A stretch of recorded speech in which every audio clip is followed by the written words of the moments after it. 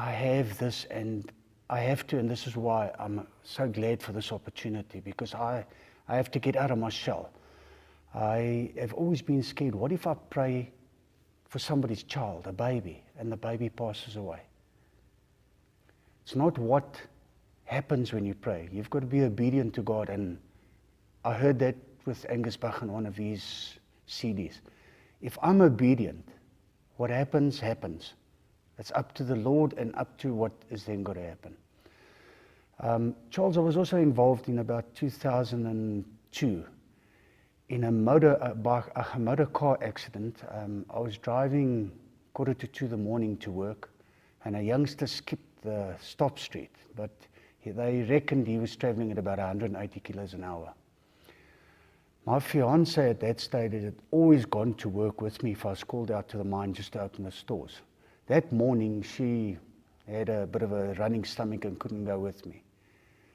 Thank the Lord for that, because the car was cut into 3 pieces. The left-hand side door, it's a Mazda Estina, actually broke my ribs. That's how crushed the car was. I got out the other side with a broken nose and crushed ribs. I didn't even have a seatbelt on.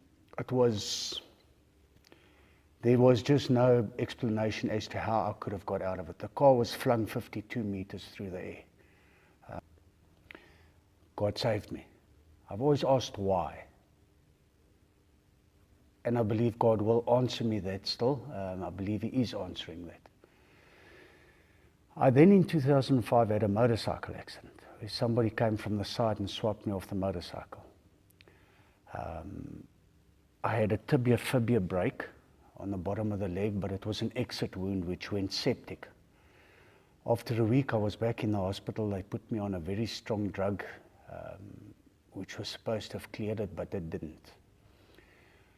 I ended up going from Rustenburg hospitals to Pretoria, which I felt the people were more qualified in that type of wound. I had for about 2.5 years. They actually took out the pin that was inserted, and I walked with a moon boot. They couldn't do anything. It was so septic. In that time, I had about 35 operations, where they do what they call a debridement, open it up, clean it up, and that was supposed to help it. I then had a pin inserted from the bottom of the heel up. The next 3.5 years, I had 168 operations. I had a virus called Staphylococcus aureus and Streptococcus aureus. A lot of people will know it as a flesh-eating virus. It's a hospital virus. There is no cure for it. The last 9 months that I still had my leg, I had what they call a port inserted into my heart with a little pipe out here. And every morning before work, I would go for a drip, and every morning after work, I'd go for a drip. It cleared up, and 2 weeks later, after the 9 months, it was again rotten.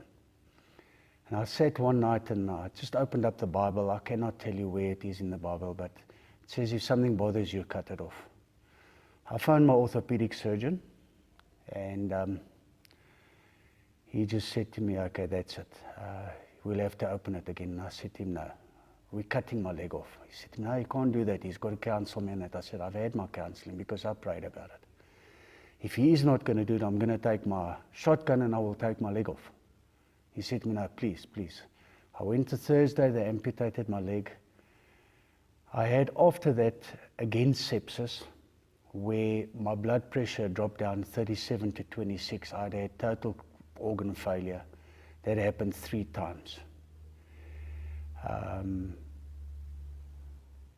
I've been healed of that since then. 2011, I had the leg amputated. 2007, I had cancer in the stomach, where I went in and they said to me, oh, this is so rotten. And while I was in hospital, they were trying to decide what to do. And they eventually just cut out a piece of my intestine.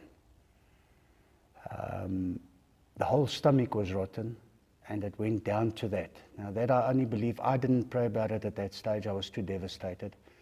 but my family did pray about it, and it's still gone.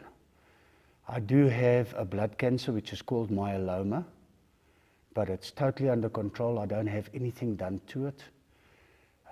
I had sugar diabetes where my sugar was 39, also from the sepsis. That is gone totally. Then this year, on the 21st of April, I went in for a small operation on my buttock, my left buttock. It was a little growth that it was a growth that had been caused by all the injections I have for the gout. I was home 3 days in hospital. I was at home 2 days, and I wasn't feeling well. And on Father's Day this year, I was rushed back to hospital. I was there so septic that I spent close on 3 months in hospital, and I was 3 weeks in a total coma where my family had been called in to say goodbye to me and been told to organize the funeral parlor people, as I was not going to make it. There was no way I was going to make it. My heart, my kidneys and my liver were in failure. And even if you have a look at the urinal bags and that, you see it's just a black mess. The wound on my buttock, basically, I've got a big fist and you can put that into there. And the Lord has saved me. I lost 38 kilograms in those 3 months. I've been out since the 17th of August, so it's now about 3.5 weeks, and I've already picked up another 11 kilos. And I attribute it only to God. There's been so many prayer lines going for me. I know that our pastor Charmaine had even arranged with Charles that if I do pass away, please, he must bury me. That's how certain we as human beings were. I was not certain, but that was the whole thought line. But the Lord has saved me, and